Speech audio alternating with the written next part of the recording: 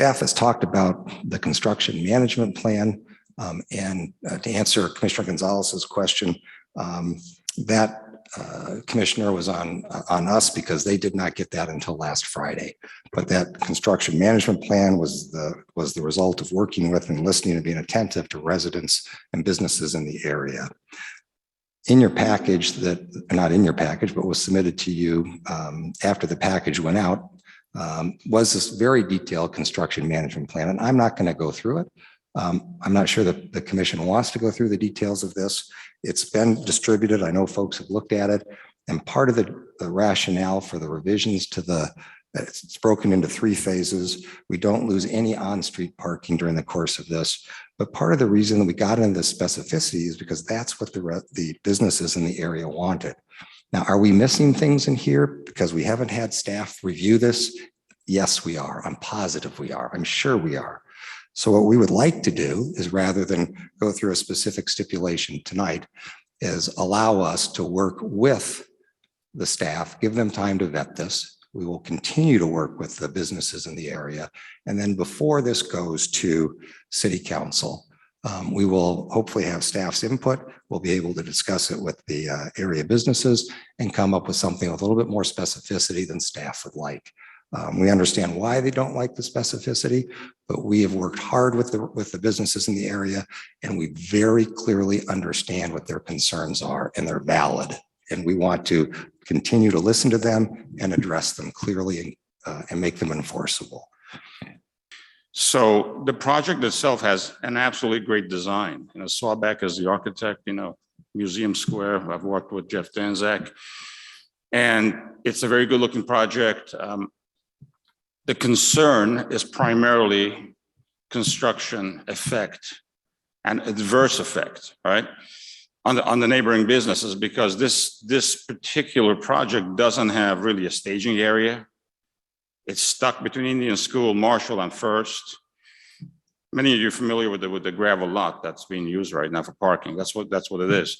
So if you think that the construction concerns are overrated, overblown, just go to the 120-some unit Scottsdale Residences project that's right behind Prestige Cleaners on Main Street between Goldwater and Valley Ho.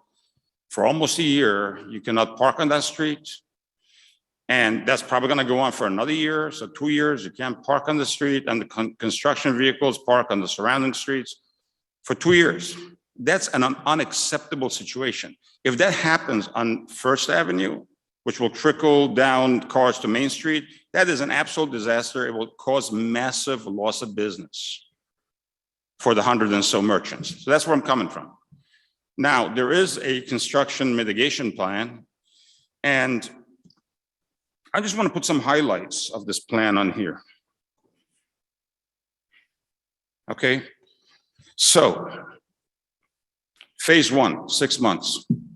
In the mitigation plan, it says that the south part of the parcel can be used for public parking so that, employees, their guests, visitors can park there, while the north part of the parcel can be used to store the trailer and the construction equipment.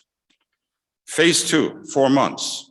The very north part of the parcel is going to be used to store the crane and other construction vehicles. If this wasn't the case, they'd be parking on Marshall and closing the street, by the way. Phase 3, 14 months. Once the 3-level parking garage is built, what a novel idea to have all of these construction vehicles park in the actual garage of the building while they work on the top sections. I mean, this is such common sense that, frankly, if you don't put this in, either there's no proper thinking or there's a plan to put the merchants out of business. I mean, those are the two, obvious conclusions. I don't think there's any in between. There's no reason why all of this cannot be incorporated into the development agreement. And when I'm talking about the development agreement, I'm not talking about stipulation number 20 pointing to an email that was sent by John Barry to staff. It has to be in the development agreement that goes to the council. That's the only way that's going to be accountable. It's going to be legally binding and whatever. I don't plan on retiring soon. I plan on working for a long time. Most of my clients are between 60 and 70 years old. They're ladies. They live in Paradise Valley, North Scottsdale. They drive to me and I get to repair their jewelry, which I love. I build new jewelry for them and I work really hard at it. But the people that come to me have a car. They don't go by Uber. They don't go by bus. They don't go by walking. So the problem is, if you create more traffic on First Avenue, I got even a bigger problem because where are my clients going to park? If they drive around the block 3 times and they can't find a parking spot, they're gone. And then I lost another job for the day. I don't want to do that. I love my clients. I'm happy they're coming into our shop. I'm happy they're working. To me, it's let me build their product. However, if they can't find a place to park, that's a big problem. The one thing I'd really like to see in any future development that happens in the Old Town area is a construction mitigation plan that's being put together like this one has. I was consulted a couple of times with this and I looked at it, made some suggestions, and they listened to us. This is the kind of thing that can put us out of business when construction happens. As commissioners, I don't know if you're aware of it, but when the Prado del Sol goes down Scottsdale Road, I'm out of business for a day. When the Center for the Arts has a event over the Center for the Arts, I'm out of business for the day. Anytime there's major construction on the streets, I'm out of business. I mean, I'm paying rent year round, I'm paying insurance, I'm paying employees, I'm doing all that kind of stuff. I'm part of what downtown is all about. Same as Jimmy Erickson. He's one of the stars of the neighborhood. He's got very real concerns about that. I don't know what can be done with all that stuff, but I'd like to be able to see any of these developments going on in the future that I know are going to happen, have those kind of construction parking mitigation plans included as a requirement for every one of them. So I don't want to stand in the way of progress, but I just feel like in my particular case, I'm bearing the brunt of the inbound and outbound traffic directly next to my driveway.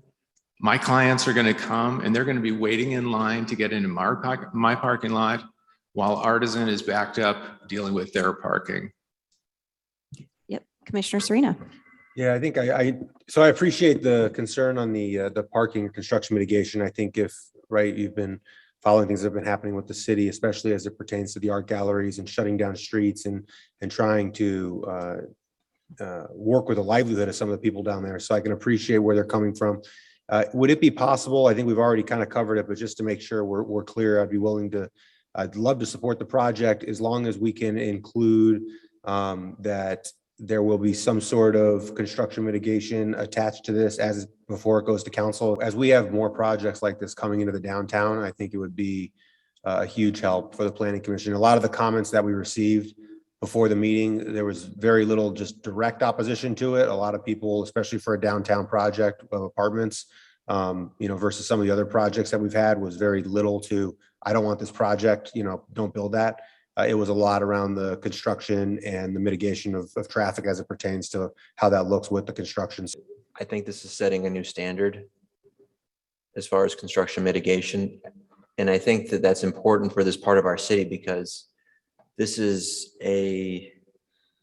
situation is unique because this location is unique.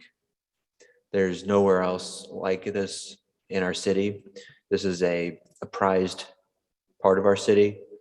And as we've seen from so many of the emails and from many of the public comments that we've heard, if the construction goes sideways, it can have an extremely deleterious effect on the merchants that have been there for so many decades. I feel for Jimmy Erickson and his concerns about the unknowns, what can happen with construction.